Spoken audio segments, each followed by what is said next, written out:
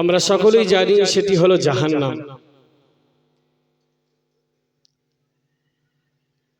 তো সেই জাহান্নামে কারা থাকবে? আল্লাহ পাক যে জাহান্নাম সৃষ্টি করেছে সেই জাহান্নামে কারা থাকবে? ইতিপূর্বে আমি বলছিলাম যে মহান রব্বুল আলামিন পবিত্র গ্রন্থরাজ কালামুল্লাহ শরীফের মধ্যে বললেন, ওয়ালাকাদ জারানা লি জাহান্নামা কাসীরাম মিনাল জিন্নি ওয়াল ইনস। আল্লাহ পাক যে জাহান্নাম সৃষ্টি করেছে সেই জাহান্নামে আগুন হিসেবে, আগুন প্রজ্বলিত করার জন্য ইন্ধন হিসেবে আল্লাহ পাক এক শ্রেণীর জিন এবং ইনসানকে ব্যবহার করবেন। সেই জিন এবং ইনসান কারা? আল্লাহ পাক বললেন, লাহুম কুলুবুল লা ইয়াফকাহুনা বিহা।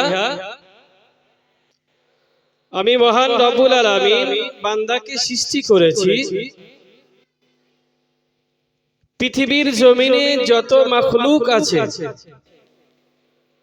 সমস্ত মাখলুক অপেক্ষা আল্লাহ পাক মানুষকে শ্রেষ্ঠত্ব দান করেছেন। পর কথা, সেই মানুষকেই আবার জাহান্নামের ইন্ধন হিসেবে ব্যবহার করবেন। কারণ কি? মহান রব্বুল আলামিন বললেন, লাহুম কুলুবুল লা ইয়াফকাহুনা বিহা। আমি বান্দাকে কলব দিয়েছি, অন্তর দিয়েছি। ওয়ালাহুম আ'য়ুনুল লা ইবসিরুনা বিহা। আমি বান্দাকে চোখ দিয়েছি, দৃষ্টি শক্তি দিয়েছি দেখার জন্য। ওয়ালাহুম আযানুল লা ইয়াসমাউনা বিহা। আমি বান্দাকে কান দিয়েছি শ্রবণ করার জন্য। তো জাহান্নামে মানুষ এবং জিনকে জাহান্নামের খোরাক বানাবেন, ইন্ধন বানাবেন ওই সমস্ত বান্দা বান্দিকে যাদেরকে কলব দেবার পরেও সে ভালো জিনিসটা বেছে নিল না, মানুষকে চোখ দেবার পরেও ভালো জিনিসটা দেখলো না, আবার মানুষকে কান দেবার পরেও ভালো জিনিসটা শুনলো না। আল্লাহ বললেন, এই তিনটি জিনিস দেবার পরেও যে বান্দা সে নিজের কাছে ডিভাইড করতে পারলো না ভালো মন্দর বিষয়টি, আল্লাহ বললেন, উলাইকা কাল আনআম। তারা হলো চতুষ্পদ জন্তুর ন্যায়। তো আজকে আমরা যদি নিজেদের দিকে লক্ষ্য করি, আল্লাহ পাক আমার চোখ দিয়েছে, কান দিয়েছে, বাক শক্তি দিয়েছে, দৃষ্টি শক্তি দিয়েছে। আজ আমরা জেনেও না জানার ভান করি। তো যে সমস্ত বান্দা এবং বান্দি এই জিনিসগুলো দেবার পরেও সে নিজের জীবনকে শুধরল না, সে নিজের জীবনকে পরিবর্তন করলো না, আল্লাহ বললেন, যে মানুষকে আমি শ্রেষ্ঠত্ব দিয়েছি সেই মানুষকে আমি আবার বললাম চতুষ্পদ জন্তুর ন্যায়। নারায়ে তাকবীর, নারায়ে তাকবীর।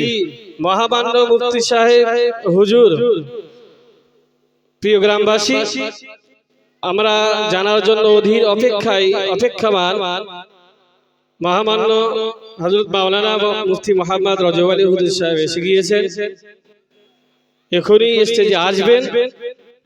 তো তার আসার আগে আমি দুটো একটা কথা বলছি যে উলাইকা কাল আনআম, তারা হলো চতুষ্পদ জন্তুর ন্যায়।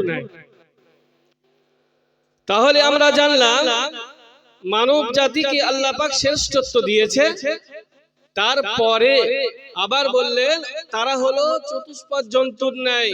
শূকর, কুকুর ইত্যাদি ইত্যাদি পৃথিবীর জমিনে যত নিকৃষ্টতম জন্তু রয়েছে তার থেকে আল্লাহ পাক তাদের সাথে আবার তুলনা করলেন।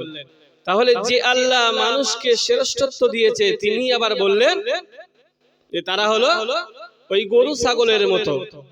শুধু এটা বলে ক্ষান্ত হননি, তারপর পরেই বললেন উলাইকা কাল আনআম, চতুষ্পদ জন্তুর থেকেও নিকৃষ্ট। মহান রব্বুল আলামিন বান্দাকে চোখ দিয়েছে, কান দিয়েছে, বান্দাকে শ্রবণ শক্তি দিয়েছে, দৃষ্টি শক্তি দিয়েছে, সাথে সাথে বুঝ শক্তি দিয়েছে।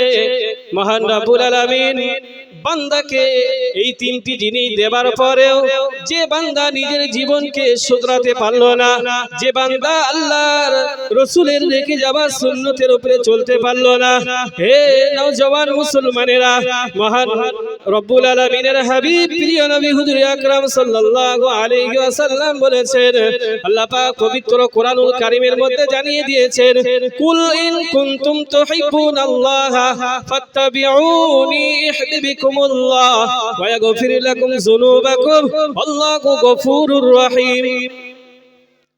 আল্লাহ পাক পবিত্র কোরআনুল কারীমে বললেন, হে নবী আপনি বলে দিন, যে বান্দা আমি আল্লাহ আমাকে ভালোবাসতে চাই, ফাত্তাবিউনি ইহবিবিকুমুল্লাহ, তারা যেন আপনার ইত্তেবা করে, আপনার অনুসরণ করে, আর যারা আপনার অনুসরণ করবে তারা যেন মনে করে আমি আল্লাহকে ভালোবাসি।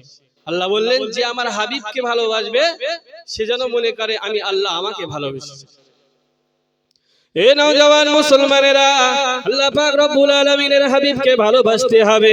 বিশ্বনবী হুজুর আকরাম সাল্লাল্লাহু আলাইহি ওয়াসাল্লামকে ভালোবাসেছিলেন কেমন সাহাবায়ে কেরামেরা? হুজুর আকরাম সাল্লাল্লাহু আলাইহি ওয়াসাল্লাম সাহাবায়ে কেরামদেরকে যেমন রাসূল সাল্লাল্লাহু আলাইহি ওয়াসাল্লাম চলতে বলেছেন, সাহাবায়ে কেরামরা তেমন ভাবেই চলেছিলেন। হে নওজওয়ান মুসলমানেরা, আমরা যখন মাওলানা ক্লাসে ভর্তি হয়েছিলাম, আমাদের শুরু লগ্নে একটি কিতাব দেওয়া হয়েছিল, উর্দু কিতাব। সেই কিতাবের মধ্যে দেখেছিলাম প্রিয় নবী হুজুর আকরাম সাল্লাল্লাহু আলাইহি ওয়াসাল্লাম সাহাবায়ে কেরামদেরকে নিয়ে একটি রাস্তা দিয়ে অতিক্রমণ করছে।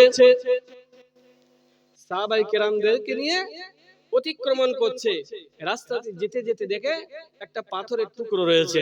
আল্লাহ রাসূল নিজের নূর মোবারক পবিত্র হাত দিয়ে ওই পাথরকে সরিয়ে দিলেন রাস্তা থেকে, আর সাহাবায়ে কেরামদেরকে বললেন, হে আমার সাহাবারা, তোমরা যখন রাস্তা থেকে অতিক্রমণ করবে, রাস্তা দিয়ে অতিক্রমণ করবে, তখন তোমরা যখন দেখবে এরকম কষ্টদায়ক জিনিস রাস্তায় আছে, তোমরা সরিয়ে দেবে, যাতে করে তোমাদের পরবর্তী জেনারেশন, পরবর্তী যারা আসবে রাস্তা দিয়ে, তারা যেন কষ্ট না পায়। কিতাবের মধ্যে এসেছে একজন বেধর্মী মানুষ ওই রাস্তা দিয়ে, একটি রাস্তা দিয়ে যাচ্ছিল। রাস্তা দিয়ে যেতে যেতে দেখে রাস্তার উপরে পাথরের টুকরো পড়ে রয়েছে।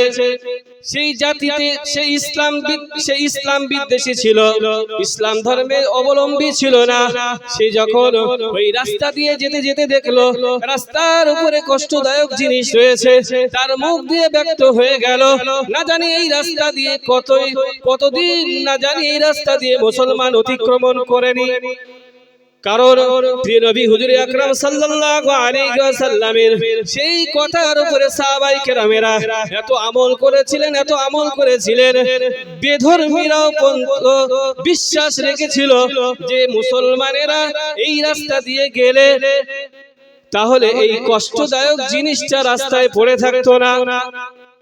নারায়ে তাকবীর, নারায়ে তাকবীর। হযরত মাওলানা মুহাম্মদ রজব আলী সাহেব